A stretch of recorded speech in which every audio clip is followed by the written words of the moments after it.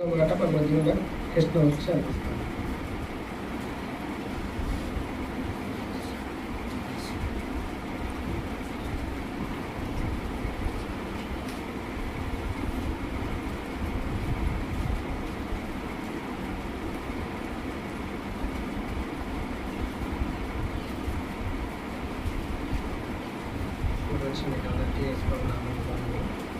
మనమందరూ యేసు ప్రభువు సిలువలో పలికిన 4వ మాట చదువుతున్నాం. మత్తయి సువార్త 27వ అధ్యాయము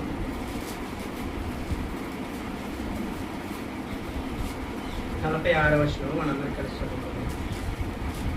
మత్తయి సువార్త 27వ అధ్యాయము 46వ వచనం మనందరం చదువుతున్నాం.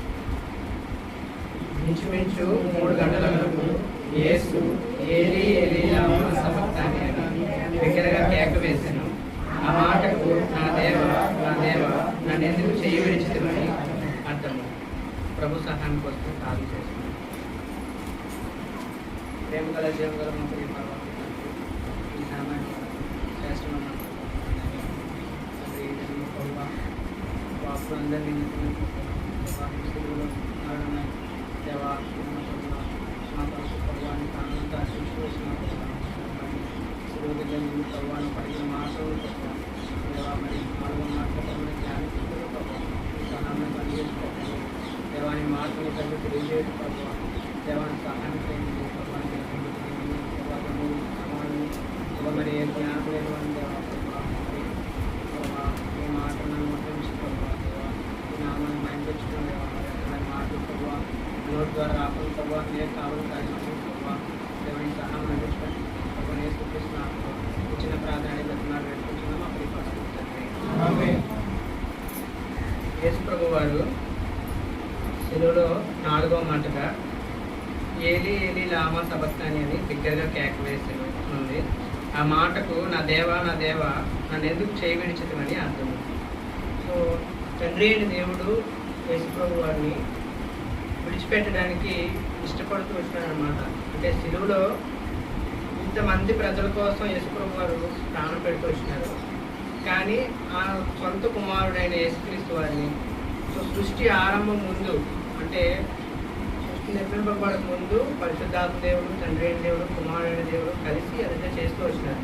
సో మన కుమారుడైన యేసుక్రీస్తు వారు మరి భూమి మీదకి సమస్త మానవాళి పాపం కొరకు మరి మరణించినప్పుడు తండ్రి అయిన దేవుడు అనేది యేసు ప్రభు వారిని మరి విడిచిపెడుతూ వచ్చినాడు. మరి మనల్ని అయితే ఎప్పుడు విడిచిపెట్టకుండా కాపాడుతూనే వస్తున్నాడు. కానీ యేసు ప్రభు వారిని విడిచిపెడుతూ వచ్చినాడు. సో ఎక్కడ ఎలాంటి సందర్భంలో దేవుడు మనల్ని విడిచిపెట్టకుండా కాపాడుతూ వస్తున్నాడో కొన్ని విషయాలు మనం చూసుకున్నాం. ఒక 3 విషయాలు మనం చూసుకున్నాం. మొట్టమొదటిగా ఆదాము జీవితంలో మనం పరిశీలిస్తూ వద్దాం. చూడండి ఆదికాండము 2వ అధ్యాయము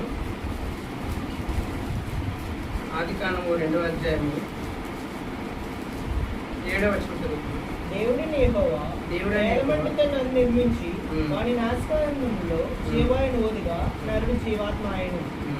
దేవుడైన యెహోవా మొట్టమొదటిగా నరుడికి జీవాన్ని అందించి నేలమట్టితో నిర్మించి మనకి ఆదాము జీవం ఇస్తూ వచ్చినాడు. ఆ తర్వాత చూడండి 3వ అధ్యాయం 17వ వచనం చదవమ్మా. 3వ అధ్యాయం 17వ. ఆదాముతో నీవు నీ భార్య మాటకి వినవద్దని నేను నీకు ఆజ్ఞాపించిన వృక్షఫలం కనుక నీ నిమిత్తము నేల శపింపబడి ఉన్నది. ప్రయాసముతోనే నీవు బ్రతుకు దినములని దాని పంట తిందు. చూడండి, సో దేవుడు అక్కడ ఆజ్ఞయిస్తూ వచ్చినాడు, నువ్వు తినవద్దు, ఇక మంచి చెడులా తినవచ్చిన వృక్షం తప్ప. తర్వాత చూడండి 17వ వచనం చూడండి, 2వ అధ్యాయం 17వ వచనం. అయితే మంచి చెడు తినవచ్చిన వృక్షఫలమును తినకూడదు, నీ వాటి తినదినమున నిశ్చయముగా చచ్చదని నరునికి ఆజ్ఞాపించింది. దేవుడు ఆ వృక్షఫలము తిన్నప్పుడు చచ్చిపోతామని ఖచ్చితంగా ఖరాఖండిగా చెప్పాడు. కానీ ఈ ఆదాం ఏం చేశాడు? సో అవ్వ మోసపుచ్చబడింది, దాంతోపాటు ఆదాం కూడా మోసపుచ్చబడి వెంటనే దేవుడి ఆజ్ఞను వాళ్ళు ధిక్కరిస్తూ వచ్చినారు. ధిక్కరించినప్పుడు నువ్వు తినదినమును నిశ్చయముగా చేస్తావని దేవుడు చెప్పాడు కదా. మరి చచ్చినప్పుడు మరి ఆ దేవుడు అక్కడ విడిచిపెట్టాడా? మరి ఆదాం నుంచి మనం అందరం కూడా చచ్చిన వారమే ఉన్నాం, అంటే 2వ మరణానికి పాత్రమే ఉన్నాం. కానీ మనల్ని దేవుడు ఆ 2వ మరణానికి అప్పగించుకోవడం మనకు ఒక అవకాశం ఇచ్చాడు. ఎవరి ద్వారా? యేసుక్రీస్తు ద్వారా మనకు ఒక అవకాశం ఇచ్చి, మీరు ఇలాగా యేసు ప్రభువుని మీరు అంగీకరిస్తే అప్పుడు మీకు నిత్య జీవం కలుగుతుందని దేవుడు మనకు అవకాశం ఇచ్చి మనం విడిచిపెట్టలేదు. సో చూడండి, ఆశ్రమంలో చూడండి, రెండో అధ్యాయం 20-21 వచనం చదవండి.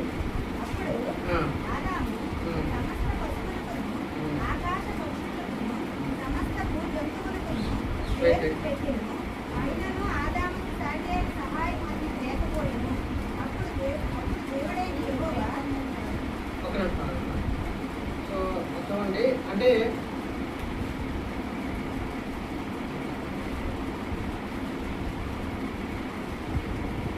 3వ అధ్యాయం 22వ వచనం చదవండి.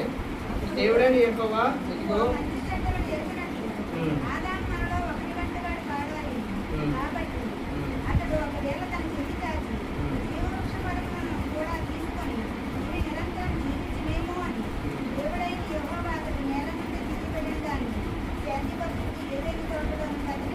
పంపివేసి ఆ ఏదైనా తోట నుంచి ఆదాముని పంపివేశాడు, కానీ అయినా వాళ్ళు విడిచిపెట్టలేదు.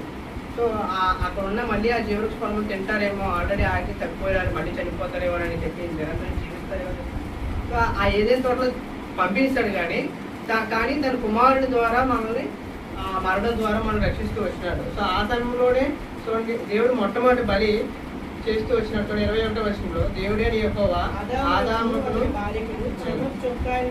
వారికి తొడిగించాడు. అప్పుడే మొట్టమొదటి బలి చేసి వాళ్ళకి చర్మం చొక్కాయలు కుట్టించి ఇచ్చినాడు. మొట్టమొదటిగా దేవుడు మన ఆదాము నుంచి మనల్ని కూడా విడిచిపెట్టలేదు. సో రెండవదిగా చూద్దాం. సో ఫరో దగ్గర మన నిర్మాకానికి వచ్చేసరికి యోసేపు జీవితము అయిపోయిన తర్వాత యోసేపు నెరగని కొత్త రాజు ఒకడు వస్తాడు. నిర్మాకాంలో చూసుకుంటే, సో యోసేపు కొత్త రాజు వచ్చిన తర్వాత ఇశ్రాయేల్ ప్రజల మీద ఎక్కువ భారం పెట్టేస్తూ ఉంటారు అన్నమాట. అర్థమవుతుందా? సో ఇశ్రాయేల్ ప్రజల మీద ఎక్కువ ఇటుకలు చేయించమని, అక్కడ ఇటుకలు గడ్డి కూడా ఇవ్వకుండా, సో ఆహారం అది సరిగ్గా పెట్టకుండా బాధిస్తూ వచ్చినాడు. అప్పుడు ఆ ప్రజలందరూ మొరపెడుతూ వస్తారు. ఎవరికి? దేవునికి. చూడండి, నిర్గమాకాండము 2వ అధ్యాయం, నిర్గమాకాండము 2వ అధ్యాయము 23వ వచనం.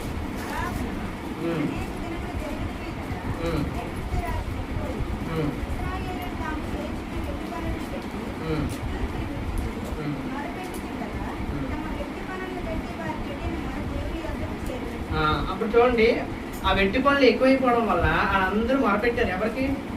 దేవునికి. సో దేవునికి మొరపెట్టినప్పుడు ఆ మొర అనేది దేవునికి చేరింది. చేరిన వెంటనే చూడండి, 3వ అధ్యాయం 7వ వచనం చదవడం. మరియు నేను ఐగుప్తులో నుండి నా ప్రజల బాధ నిశ్చయంగా చూచితిని. తమ్ముడు కష్టపెట్టు వారిని బట్టి వారు పెట్టిన మొరటు వింటిని, వారి దుఃఖములు నాకు తెలిసే ఉన్నవి. కాబట్టి ఐగుప్తుల చేతిలో నుండి వారు విడిపించినట్టును ఆ దేశంలో నుండి విశాలమైన మంచి దేశములకు, అనగా కనానీయులకు, హిత్తీయులకు, అమోరీయులకు, పెరిచ్చీయులకు, హిబ్బీయులకు, యెబూసీయులకు నివాసస్థానమైన పాలు తేనె ప్రవహించు దేశములకు వారిని నడిపించేటప్పుడు దిగివచ్చి ఉన్నాను. చూడండి, సో అంత కష్టపెట్టినప్పటికీ ఎప్పుడైతే వీళ్ళు మొరపెట్టారో, సో తండ్రి యెహోవా దేవుడు ఏమైందంటే అక్కడి నుంచి కిందకి దిగి వచ్చి ఉన్నాడు వారి బాధను చూసి. సో వీళ్ళు ఇలా చిన్నది మొరపెట్టగానే, సో మంచి పాలు తేనెలు ప్రవహించి మంచి దేశానికి వాళ్ళు నడిపించడానికి, అక్కడున్న ప్రజలందరినీ తోలివేసి వీళ్ళు అక్కడ చేర్చడానికి, సో పరలోకం నుంచి కిందకి దిగి వచ్చి నేను ఇలా దిగి వచ్చానని చెప్పుకున్నాడు. మళ్ళీ చూడండి, నెక్స్ట్ నిర్గమాకాండము 4వ అధ్యాయము 22వ వచనం చదవండి. అప్పుడు ఫరోతో ఇశ్రాయేలు నా కుమారుడు, నా జ్యేష్ఠ పుత్రుడు, నన్ను సేవించినట్లు నా కుమారుని పోనిమ్మని నీకు ఆజ్ఞాపించున్నాను. వాడిని పంపనులని ఎట్లా, ఇదిగో నీ కుమారుని నీ జ్యేష్ఠ పుత్రుని చంపేదని అతనితో చెప్పమని. నేను చూడండి, ఇశ్రాయేల్ అంటే యాకోబు యొక్క సంతానం అంతటినీ మరి ఇశ్రాయేల్ జనాంగం అంటాం కదా మనం, ఓకేనా? సో ఈ జనాంగము నా ఇశ్రాయేల్ అనేవి నా జ్యేష్ఠ కుమారుడు. ఈ ప్రజలందరినీ నువ్వు పంపకపోదా ఫరో, నీకు మామూలుగా ఉండదు ఏంటి? నీ జ్యేష్ఠ కుమారుడు నేను చంపుతాను అన్నాడు. నాకు జ్యేష్ఠ కుమారుడు, నా జ్యేష్ఠ కుమారుడు కోసం నేను దిగి వచ్చి ఉన్నాను. నువ్వు ఈ దినమును కానీ నువ్వు పంపించలేదా? సో చివరిగా నీ జ్యేష్ఠ కుమారుడు నేను చంపేస్తానని మొట్టమొదటిగా చెప్పాడు. కానీ 10 ఆజ్ఞలు 10 అద్భుతకార్యం చేస్తారు కదా దేవుడు. సో వేగల్ని, తర్వాత పేల్ని, కప్పల్ని, ఇలా ఇన్ని కార్యాలు చేసిన తర్వాత చివరిగా లాస్ట్ ఏంటి, అల్టిమేట్గా తొలుచూరు మనసంతా అంతా పరో మొదలుకొని ఖైదీలు, తొలిపిల్లలు మొదలుకొని పశువులు, జంతువులు అన్ని ఒక తొలిపిల్ల సంతానం చనిపోతాయి. ఎందుకు చనిపోయింది? ఇశ్రాయేలు ప్రజల్ని పంపించలేదు. ఎవరు? పరో పంపించలేదు కాబట్టి ఆ వారి యొక్క జ్యేష్ఠ కుమారుని చంపే స్టేజ్కి వచ్చాడన్నమాట. ఎవరు? దేవుడు. ఎవరి కోసం? అంటే ఇశ్రాయేలు ప్రజల కోసం. అంటే ఇశ్రాయేలు ప్రజలు విడిచిపెట్టాడా? విడిచిపెట్టలేదు. అక్కడ ఆదామును విడిచిపెట్టాడా? విడిచిపెట్టలేదు. చూడండి, ఇంకా యెషయా గ్రంథం 65వ అధ్యాయం. యెషయా గ్రంథం 65వ అధ్యాయము 1-2 వచనాలు చదవండి.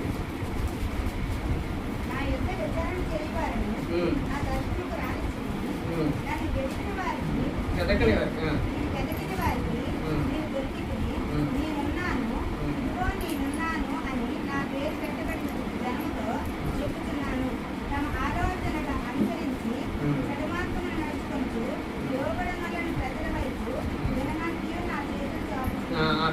చూడండి, మొదటి వర్షంలో నా యొక్క విచారణ చేయని వారిని నా దర్శనంలోకి రానిచ్చితిని.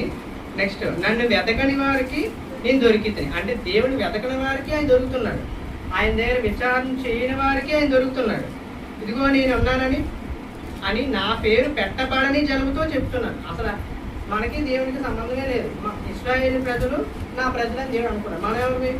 అనుజనులు. ఒకప్పుడు ఆయన పేరు పెట్టబడని జనాంగం మనం. అయినప్పటికీ మనల్ని పిలుస్తూ వచ్చినాడు అన్నమాట. ఇదిగో నేను ఉన్నాను అని మన కోసం అంటున్నాడు. కానీ యేసు ప్రభువుని శిలువలో విడిచిపెడుతూ వచ్చినాడు కదా. ఎవరి కోసం? కేవలం మన కోసం. ఇంకా చూడండి, తమ ఆలోచనలు అనుసరించి చెడు మార్గములను నడుచుకొనుచు లోబడలని ప్రజల వైపు దినమంతా చేతులు చాపుతున్నాడు. సో మన సొంత ఆలోచనతో మనం నడుచుకుంటూ దేవుని యొక్క ప్రేమను అర్థం చేసుకోక, అర్థమవుతుందా? సో లోబడిన ప్రజల కోసం కూడా ఆయన చేతులు చాపి పిలుస్తున్నాడు. కానీ యేసు ప్రభు వాడిని విడిచిపెడుతూ వచ్చినాడు. దేనికోసం అమ్మా? మన కోసమే. అంటే దీని మీద మంచి స్వభావం. ఇప్పుడు చూడండి, చిన్నపిల్లలు ఎప్పుడైనా చూసారా? ఒక మంచి 500 నోటు మనకి ఇవ్వమ్మ తీసుకోండి అని ఇస్తే పక్కన ఒక చిల్లర రూపాయలు, ఒక 5 రూపాయలు, 2 రూపాయలు ఇచ్చామనుకోండి, వాళ్ళు ఏమనుకుంటారు? ఎక్కువ డబ్బులేమో అని, ఆ 2 రూపాయలు అని దానికోసం ఆశపడతారు. ఆ విలువైన నోటు గురించి అలా తెలియదు. ఓకేనా? సో పెద్ద నోటు ఇస్తే వద్దంటారు. ఆ 2 రూపాయల కాసులు చూసి ఏమో ఎక్కువ డబ్బులు ఏమనుకొని తీసుకో. అంటే ఆ విలువలైన చిన్న చిన్న ఆ కాయిన్ కోసం ఆ విలువైన నోట్నే వద్దనుకుంటున్నాను. అంటే దేవుడు ఏం చేస్తాడంటే, ఆయన సొంత కుమారుడు తండ్రి స్థానంలో మహిమ గల సనాతనుడు ఆశీనుడైన కుమారుడిని కంటి స్వభావం దేవుడు నార్మల్ నేలమంటితో సృష్టించిన మన మానవుల పట్ల ప్రేమను చూపించి సో తన కుమారుడిని విడిచిపెట్టాడు అన్నమాట. దేనికోసం అంటే చూడండి, యెషయా గ్రంథము 53వ అధ్యాయము. యెషయా గ్రంథం 53వ అధ్యాయము